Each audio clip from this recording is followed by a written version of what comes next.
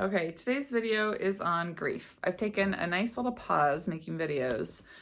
And first, initially, it was because I was just feeling like overwhelmed and just like that was one extra thing that I felt like I had to be doing was making these videos. So I was like, okay, that's something I can scratch off of things I need to do. And I kind of learned this like actually how important like self-care is in recovery because I wasn't used to actually listening to like cues that would be important to listen to when you're feeling stressed. Okay, maybe I need more sleep.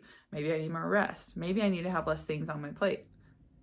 Not really, like, not, no pun intended. I mean, like, less on my schedule. That's funny. And so that's kind of where it initially started, was taking a break from videos. And then, like, shortly after that, I got hit with a lot of grief. A lot of grief, and this will come in waves, and this is just happens to be another time for me. And it's been several years now. Like, it's been a while since I've been recovered, and I still will have these things come up. And I'm not sharing this with you to like scare you out of recovering. Like 100% I will endure and experience grief as much as I need to. Like, it is definitely worth it to be recovered than to just be numb, because so much of my life is so much better and I actually feel and process and experience emotions. But this last week or so, I have just been feeling a bit of grief. So kind of to back up a bit, my eating disorder started around college time, and then got married. And shortly after getting married, we wanted to have kids, and I had always envisioned myself as having a lot of kids. I grew up with 7 siblings, so there are 8 kids in my family. And in my mind, I just kind of thought I was going to have 6-ish kids, just a lot of kids. I really love being a mom. And that didn't happen because of my eating disorder. And honestly, like, that is the only thing that I can blame not being able to have more kids on. Or not being able to have more kids is due to the fact that I had an eating disorder.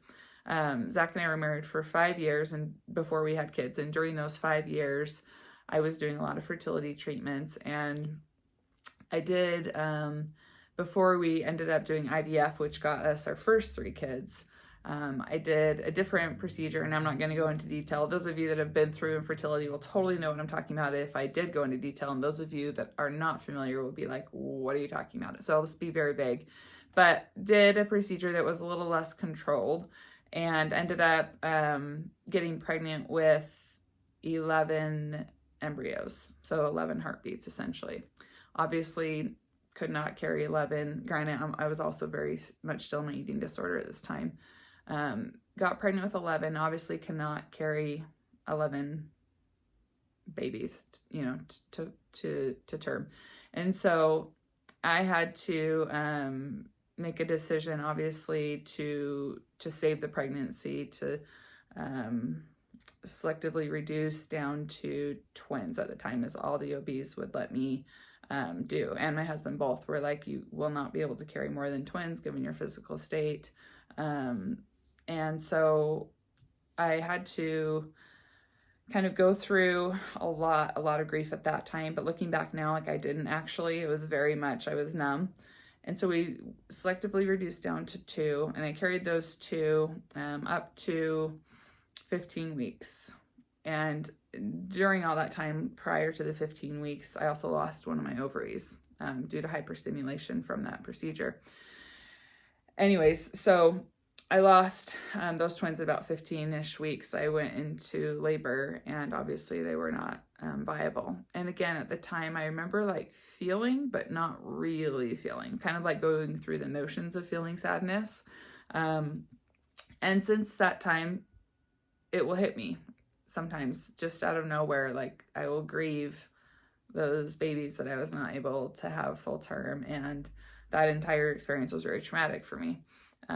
And my husband. And fortunately and gratefully, we have 4 kids that are all happy and healthy, and I'm so grateful. And I don't want to sound like I'm not grateful for what I have and for being able to have those 4 kids. But I'll be 40 next month, and maybe that's part of all these emotions that are coming up. But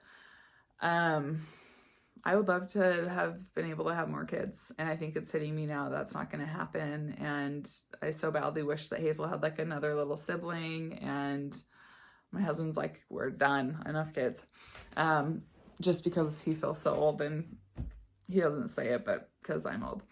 So that will hit me and it will feel really overwhelming and intense and really sad. And it's interesting because now when I feel really strong, intense emotions, I actually like feel them. Like I've been crying a lot today.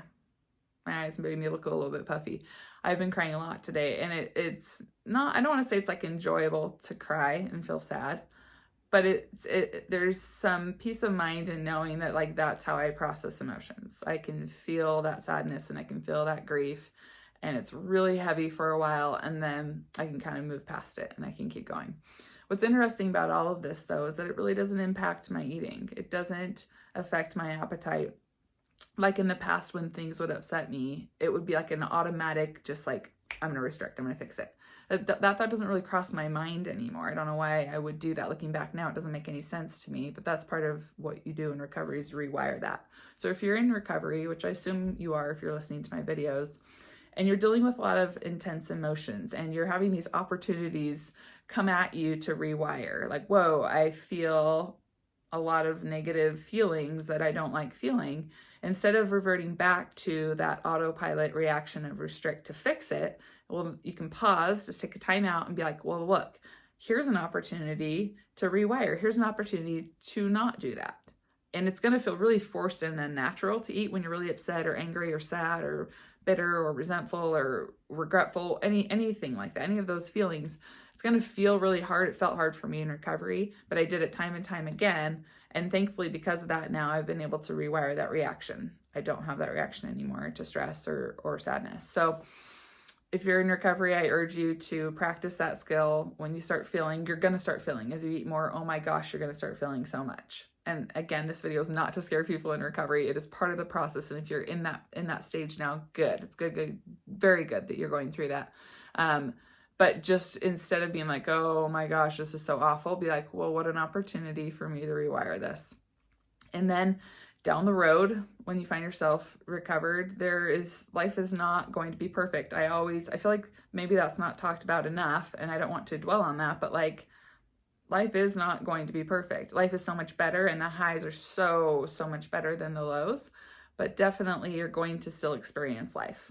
And I guess maybe because I had so many years of feeling numb, I can feel grateful for these times when I grieve all the years I lost due to my eating disorder. So hope that makes sense, and probably not the most uplifting video for me to pop in and make after being out for a couple of weeks, but it's good. I like that I can respect my needs, and I can feel like I can take breaks when I need to without feeling like I'm letting people down. I know that I have plenty of other videos, and I know there's a lot of other people out there that you can listen to that can help you with tips and tools and whatnot in recovery. And I do plan on making more videos in the future, and I don't know how long this little stint is going to last for, but I just wanted to pop in and let you know that's kind of what I'm up to. I wish it was more cheerful news to report, but I'm already starting to feel a little bit better from it. So, all right, have a good Monday. Bye.